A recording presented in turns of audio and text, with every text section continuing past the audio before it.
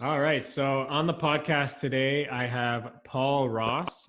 Paul is an author, speaker, trainer, master hypnotist, and master practitioner of neuro-linguistic programming. Over the past 30 years, Paul has taught tens of thousands of people the power of language to persuade and sell. Paul, a lot to unpack there, but welcome to the Top Agent podcast.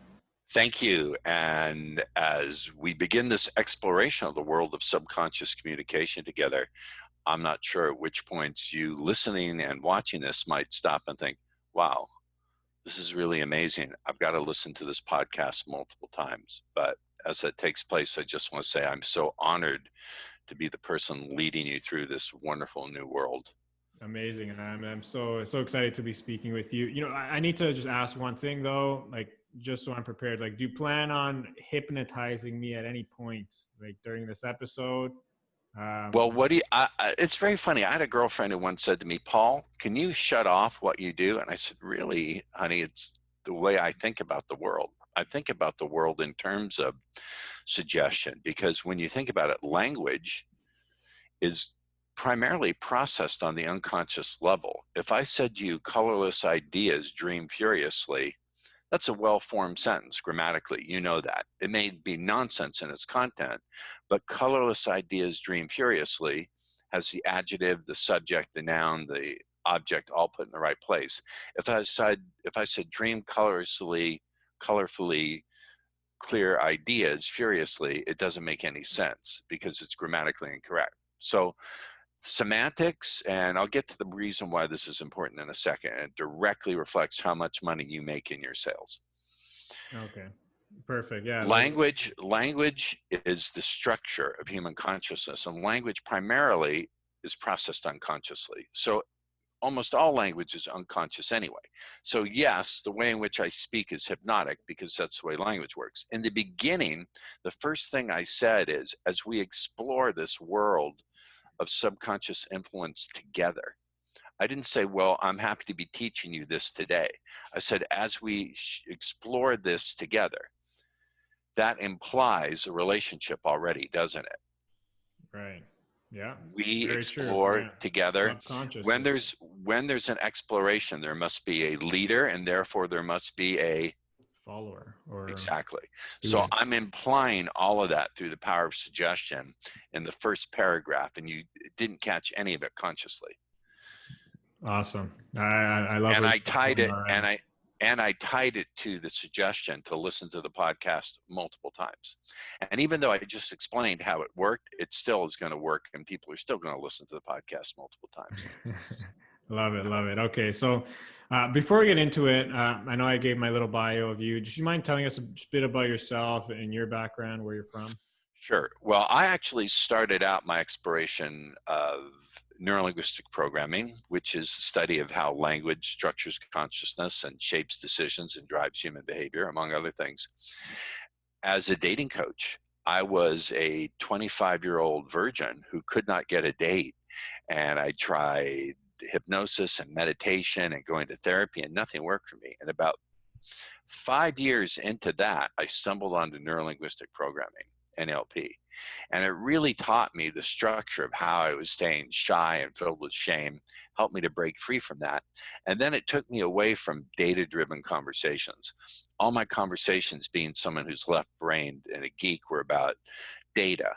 Oh, I can tell you the exact number of tanks the Soviet Union had. It's not the kind of thing that would engender romantic feelings. So I learned to communicate in a way that was emotionally interesting. And if you think about selling, really is like getting a date. You have to do your prospect outreach. You have to present your marketing plan. You have to ask the right questions. You have to present your marketing plan. You have to make your pitch. And then you have to deal with objections, and you have to close the deal. So selling as a metaphor for dating is really a pretty good, I think, accurate metaphor. And that's how I basically came to this. I'm madly in love with language. What I really want to do, yes, I can help people sell more, and I think turn selling into a very joyful practice. Ultimately, though, my ulterior motive is to make everyone fall in love with language and its power to transform not just your income and transform your revenue, but also transform the way you go about walking through your world. Love it. Love it. Okay. Thanks so much for sharing that. So my audience, as you know, are realtors, real estate Love it. agents. And so I was really excited to have you on because, a lot of your skills and what you teach can directly benefit many professionals, including realtors. So, which are, in sales and constantly selling. So let's start there. Like one thing you talk about is subconscious sales and selling. So dive into that. Tell us about that and how that applies to realtors specifically. Sure. By the way, my parents were realtors, and one of the Okay. things that motivated me to do this, and this can apply to any industry and any business, but I sort of slant my work towards realtors because my parents were realtors, and they made some money, enough for my mom to buy herself a Cadillac, which promptly got stolen and wrecked. But when I think back on it, had they had the skills that I now teach, they would have gained what they really wanted, which is financial freedom and being able to really provide well for the family, super well. So subconscious selling, the basic principles I teach are, number one, it's the unconscious or subconscious mind that makes most of the decisions anyway. We know this. This is a matter of science. Consider, and this is a very trite metaphor, but it's an accurate one. Consider the mind to be like an iceberg. With an iceberg, maybe 10 to 50%, 15%, is showing above the surface. But the other 75 to 80% is beneath the surface. So we know the subconscious or unconscious mind, and again, I'll use them interchangeably throughout this discussion, is the storehouse of our memories, but it's also the place where we think emotionally. And we know most of our decisions are made on the emotional level.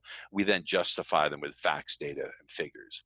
So being able to address the subconscious mind gives you tremendous amount of leverage.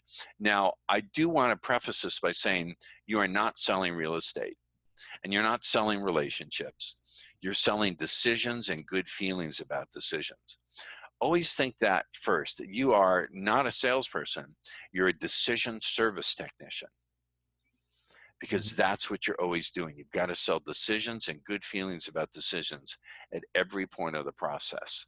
And the best way to do that is to, yes, you've got to use your existing sales process. So let me make very clear. I'm not saying throw out your existing sales process. You've still got to do all of that.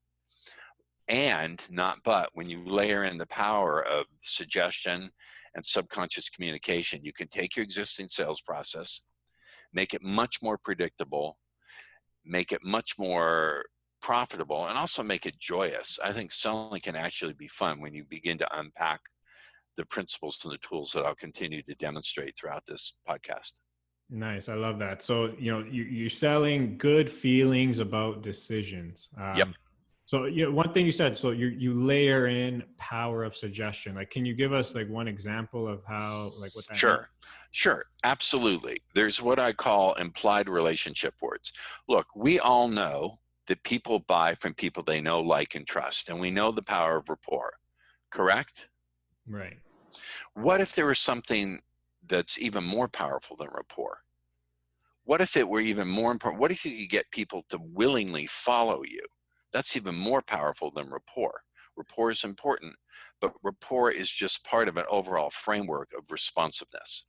So notice something. Most people would say, well, as I'm presenting my marketing plan today, or language along those lines, as we're presenting my marketing plan today and we're going through it, please feel free to ask any questions so you can be clear about exactly what we're offering. Language like that. Would you agree? Okay. Yeah. Something along those lines. And then what you would do is you'd show how you had sold comparable properties at the highest market price at this period of time, maybe have some testimonials, et cetera, et cetera. That's powerful. Here's the trouble with it. What if your prospect is in a state of mind where they're distracted, they're bored, they can't focus?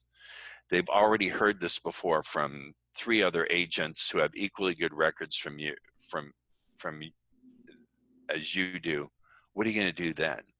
So for me, the most important thing is not thinking about what your marketing plan is. That's important. But first think, what state of consciousness, what state of mind do I want my prospect to be in when I'm presenting that marketing plan. May I use a metaphor, please? Please. All right, this is not a trick question. I have a current of electricity. I have a sheet of gold foil, a sheet of cardboard. I want to conduct that electricity. Which conductive medium is going to conduct that electricity better, the gold foil or the cardboard? The gold. Exactly. So consider the state of consciousness you want your prospect in to be the medium through which your words and your marketing plan is going to flow. If they're in the state of being skeptical or even being bored or inability to focus, nowadays people's ability to focus is that of a goldfish.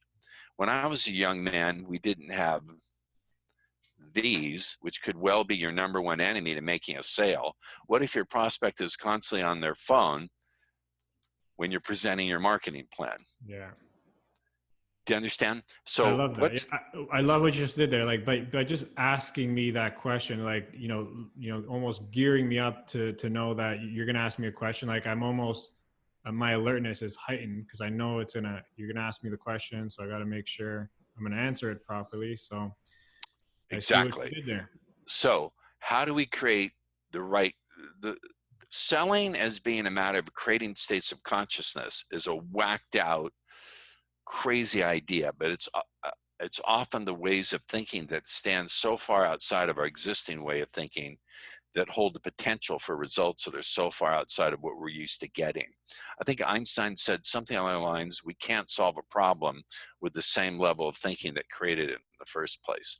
So the view that selling is about creating states of consciousness in your prospect first and foremost, and then doing the rest of it, is crazy. So here's what I would do. When we sit down to share the marketing plan, I would say, before we explore this marketing plan together, so let's stop right there. We and together are what I call implied relationship words. We and instead of saying, before I show you this marketing plan, showing you is something I do to you. But before we explore this together, we exploring together imply relationship, don't they? Right. They also, that word explore implies a certain kind of relationship. It implies a relationship of leader and follower. So it's just as if I were to put someone in a formal hypnotic trance and say, in a minute, I'm going to speak with you. When I speak with you, you're going to view me as a trusted leader. You're going to believe every word I say, and you're going to want to see me win the sale. 1, 2, 3. Well, obviously that's not going to work. It's too direct. But you can get virtually the same result if you imply it through the power of suggestion. So before we explore this marketing plan together, I just want to invite you to please share the questions. What's the difference between saying ask and share? What's the difference between saying please ask the questions and please share the questions? Well, again, it's building that relationship and that, right. Asking we can do, but share. Do we share things with people who we don't trust? No. No. So I invite you. Invite again. When you invite, you have a relationship with someone. All of these words, right prior to you presenting the marketing plan, will create a state not just of trust, but a state of, on some level, on the unconscious level, of wanting to follow you. Does that make sense? Yeah, that's so good. So you can, what if by just, and this is my outrageous claim, what if by using the power of suggestion, you could increase your sales just through that first of having them buy into the marketing plan before you've even presented the facts and data and figure? Because they're used to hearing the facts and data and figures. Everyone has said it before you. You're not the only agent who sat down with them. Yeah. But you're the only agent who knows how to use this stuff. That's amazing. No, this is great stuff here. I know, I love it. And I just want, I don't know if you can see, because the lighting isn't particularly good. I need to fix that.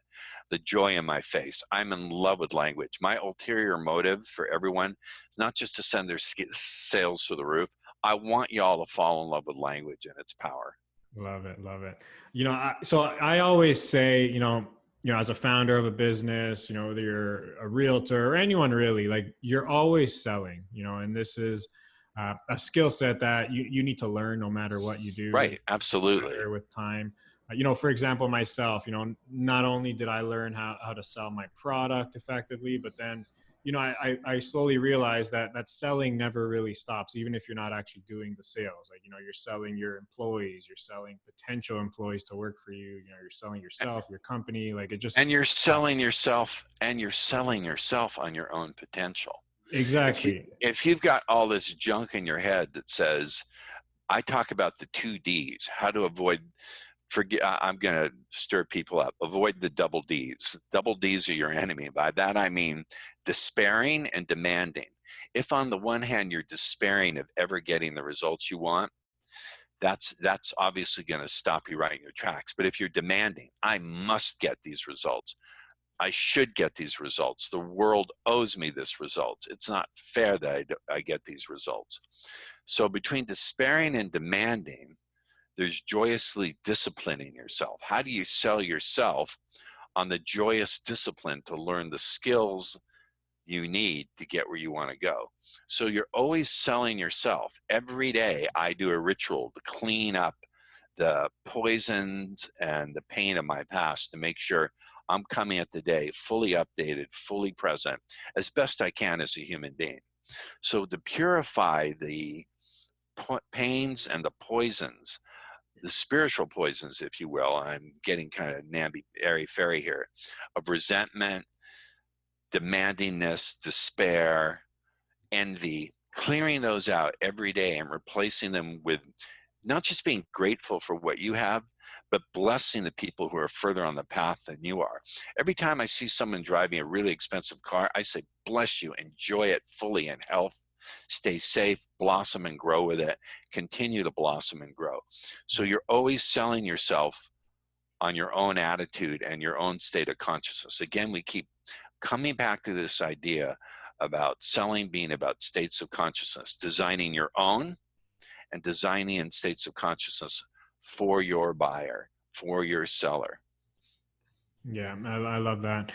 So like you said, every day you do a ritual to clear the poison. Like, is this like meditation, or is it just you're doing it subconsciously throughout the day? Or Well, I do it. This is really getting into some advanced stuff. I should do an advanced class on it. First of all, I do some energized breathing. This is an ancient Indian practice called pranayama.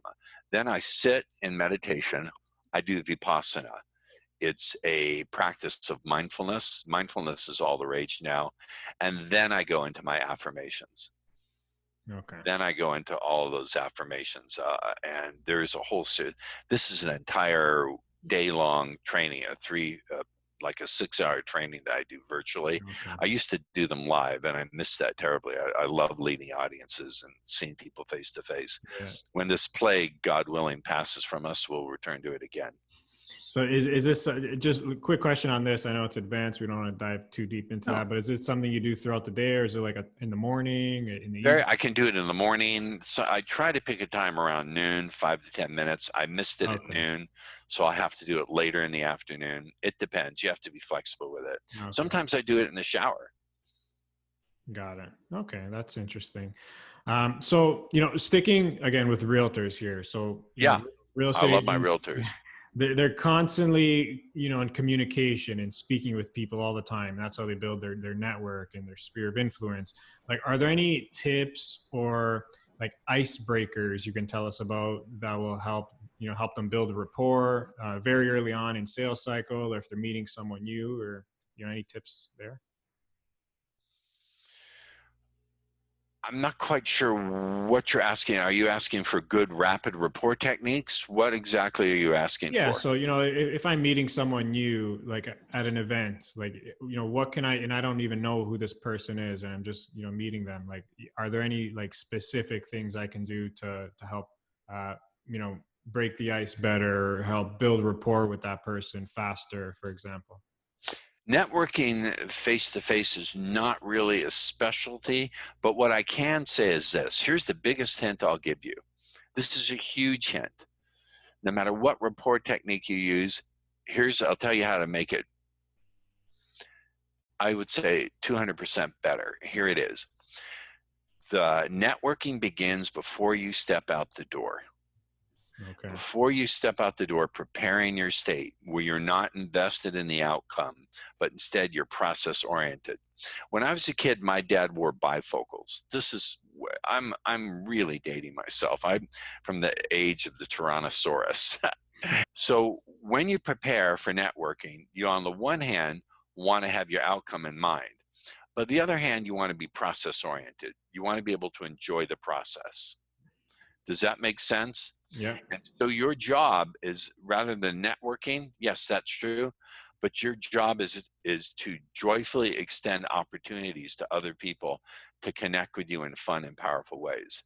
You're not going to be networking. You're going to be joyfully extending opportunities to people to connect with you in fun and powerful ways. Then use any of the standard rapport techniques you've learned in traditional sales trainings. I'm not here to knock or put down traditional sales trainings. The books that you've read are good. My statement is to you, they're incomplete. Not that they're wrong, they're simply incomplete.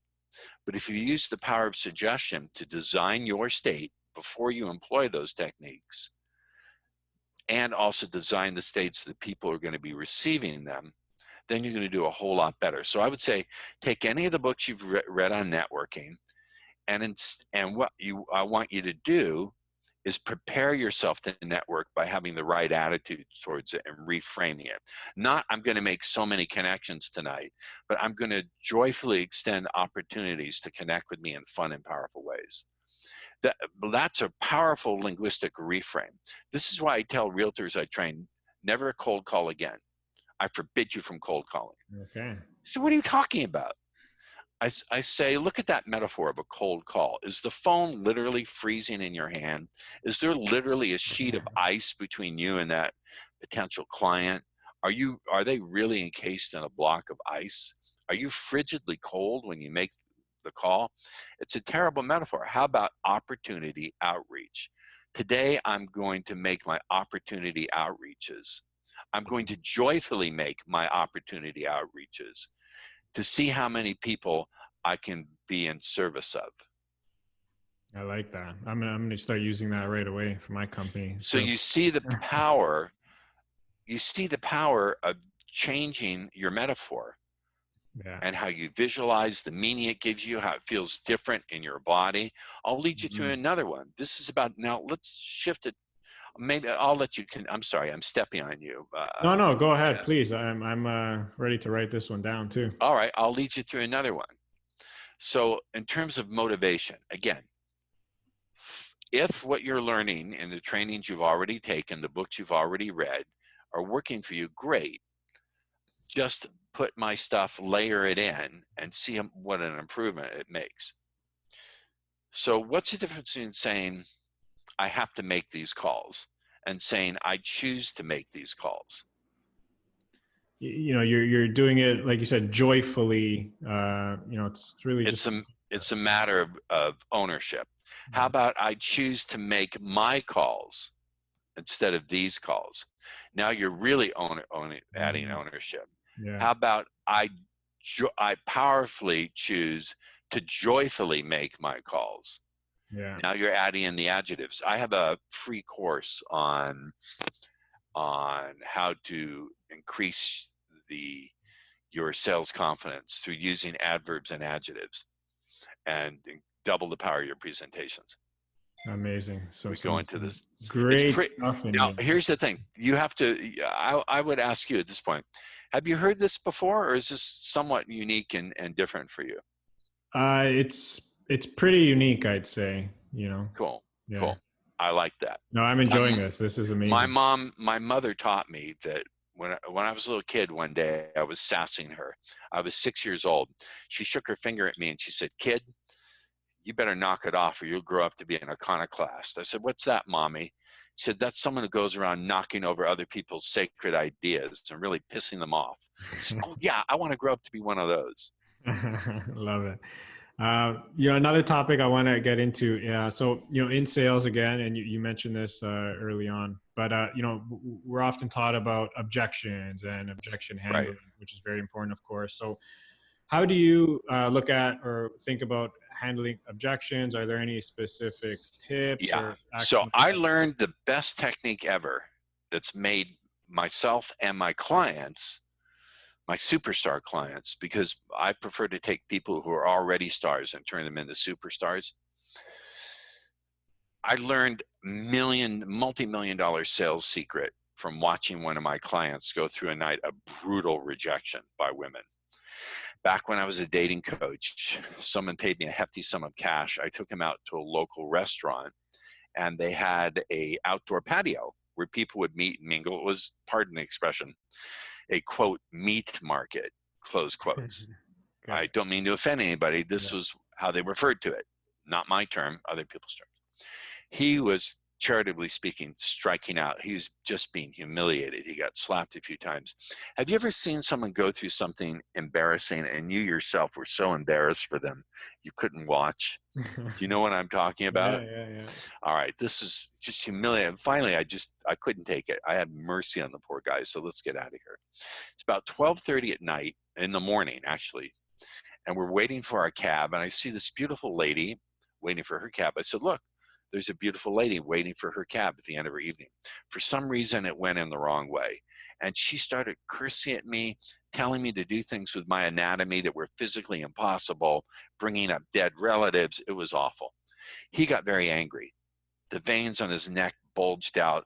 His face turned red. He went to give her a piece of his mind. I put my arm out. I said, no, she can do whatever she wants. We decide where we come from. Look at her. She's someone's daughter.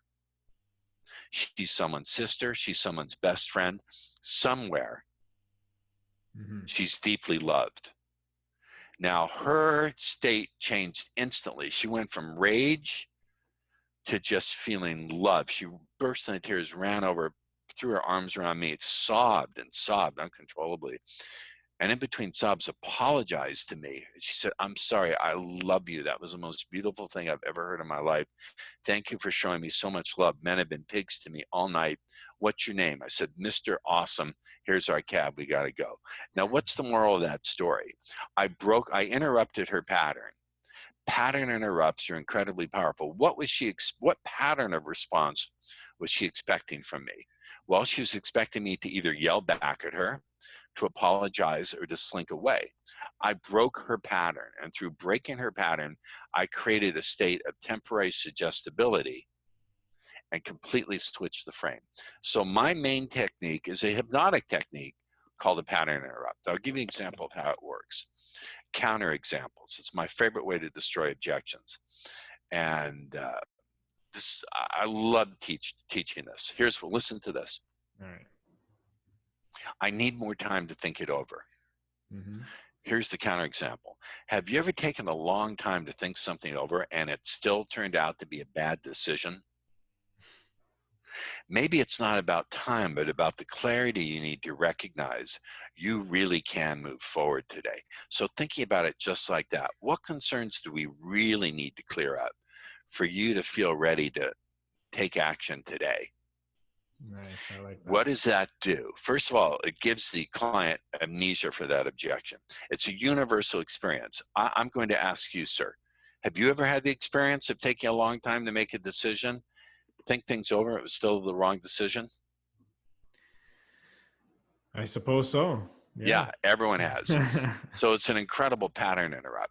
I'll give you another one. I don't want to pay such a high commission. Have you heard that one? Or can you come down a little bit on your commission? By the way, everyone listening to this, this is going to destroy this objection forever. Well, Mr. Annoying, with the right agent, you're not paying a commission.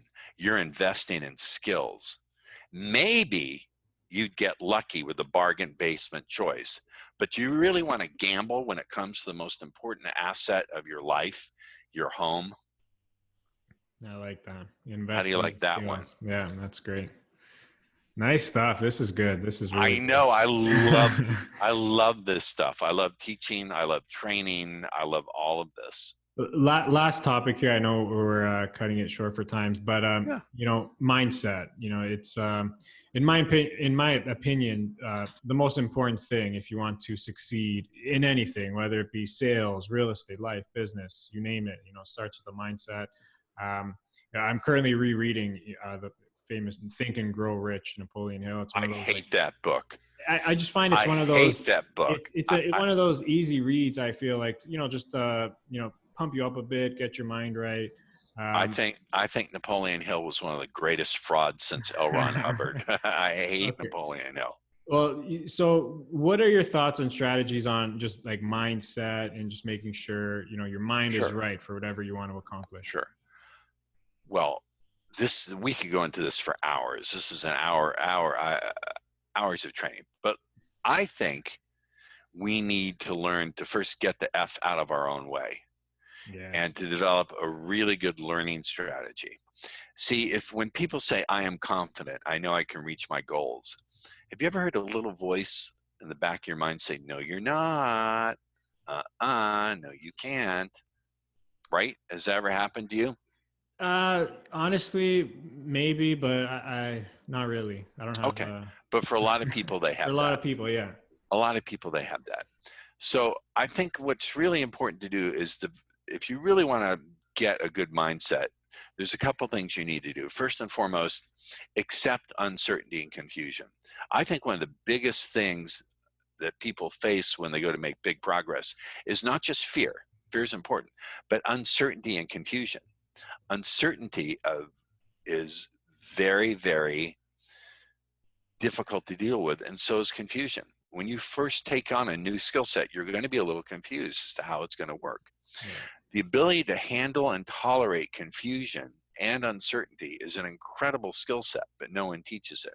Mm-hmm. I have an affirmation: confusion and uncertainty are my joyful gateways to my clarity, my focus, my purpose, my vision, my joyous achievement, and my wonderful personal, business, and financial goals. So learn to make friends with uncertainty and confusion. First and foremost, very powerful. Yeah, that's good. Second thing is develop a really great way to have learning confidence. There's different kinds of confidence. People say just be confident. Well, what do you mean? What if I've never done something well before, or I'm just going up a learning curve? You really want me to repeat, I'm confident, I'm confident, I'm confident, when I have no experience to back it up? Instead, develop a really good way to learn from your mistakes. How many times have you heard just learn from every experience? Yeah. Has anyone ever showed you exactly how? Have they given you an exact process? Not that I can recall. No, and that drove me crazy when I was a dating coach.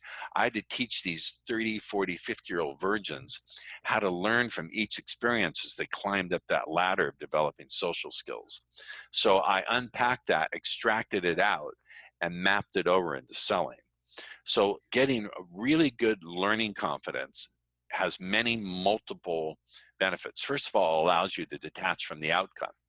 When you have to make a sale, you're going to press for the sale. And when you press for the sale and pressure, what happens? When you press, the person, it can either go one of two ways, I think. The person either gives in or they push away. Usually they're going to push away. It's best not to need to make the sale. So when you have learning confidence, you can say, I'm either going to get the sale or I'll learn what I need to develop the skills to get this or even better the next time. Yeah. So developing learning confidence is incredibly powerful. For many of you listening, you don't have a motivation problem. You have a crappy learning strategy. So developing a really good learning strategy, again, it's one of the things that I'm going to say humbly sets me apart from the other trainings. There's great trainings out there. The Ferry Brothers are great. It sounds like I'm endorsing the competition, but they're great. The Sandler system is old, but it's worthwhile. Zig Ziglar, all these people, but it's incomplete. It's incomplete. So take what I have and use it to multiply what's already working and fill in the gaps that are just not there. And you'll see exponential growth in your business, but you'll also enjoy the process as well. Love it. Love it. Paul, I wish we can keep going. I know we're a little short for time here, but I do like to end off each chat with what I call the top three. Go for it. Yeah. All right. Number one, your favorite book, business book or any book.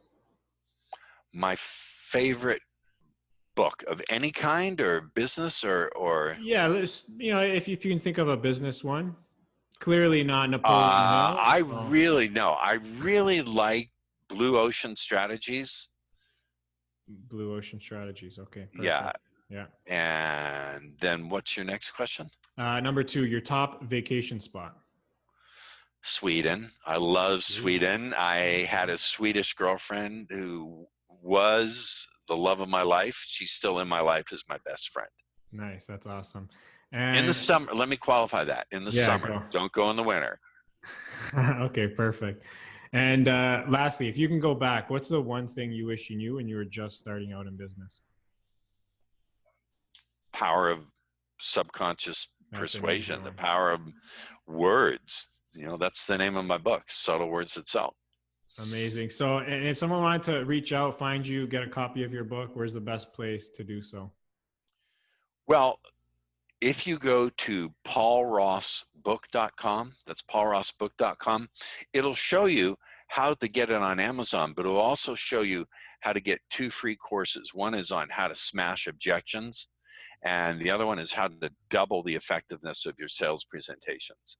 So go to paulrossbook.com, and yeah, that's it. Perfect. Perfect. Do you have a Facebook group as well, or? Yes, I have a Facebook group. So go to Speaker Paul Ross /group, Speaker Paul Ross /group. Here's the advantage of that group. It's not just for realtors. We have mortgage brokers and we have people who are in all sorts of sales. But the advantage is you also get the network. So if you're a realtor, maybe there's a mortgage broker in your area, you can network with them. And once a week, every Thursday, I'm in there doing a live stream where I'm teaching on these topics: mindset, overcoming objections, sales presentations, getting referrals, et cetera, et cetera. And it's Amazing. all completely free. You said that's speakerpaulross.com/group. Yep, /group. Yeah, I'll add this all in the show notes. This is amazing stuff. Paul, thank you so much. I'm so happy we were able to connect. This was Thank one of the you. most fun episodes I've had, and as so many people I already know are going to get a ton of value from it. And like you said at the beginning, probably listen to it more than once. So I'm sure they will. Really I hope they do. appreciate that. Thanks again. I hope we can do this again sometime. Me too. All right. Thanks again.